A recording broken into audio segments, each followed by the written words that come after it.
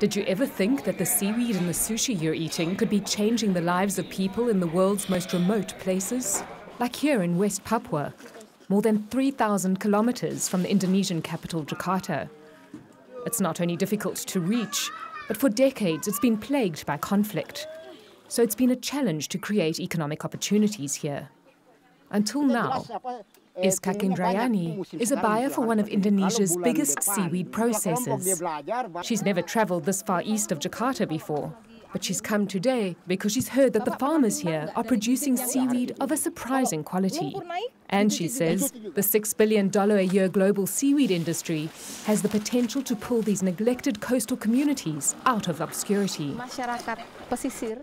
Coastal communities are no longer marginalized communities. They have a great chance to improve their living conditions. And one way is through seaweed.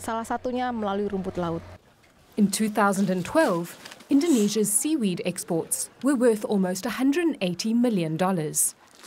And this year, the country aims to more than double its 2012 production figures, vying to become the world's biggest seaweed producer. So to source more high-quality seaweed, buyers like Iskak now have to travel further afield. Seaweed farmer Hassan Basri Hiremba finds it hard to believe that the buyer has come to them.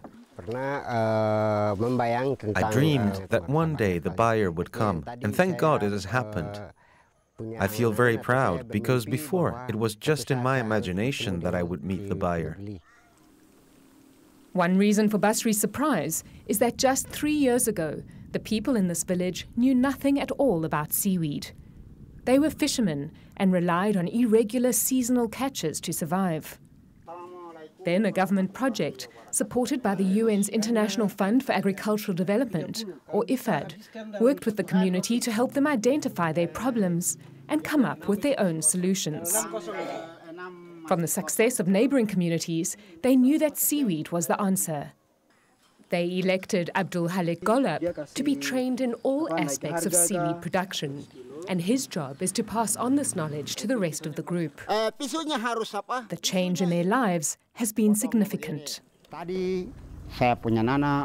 Before, I didn't have enough income for my children to go to school, but with seaweed, our children can go to university.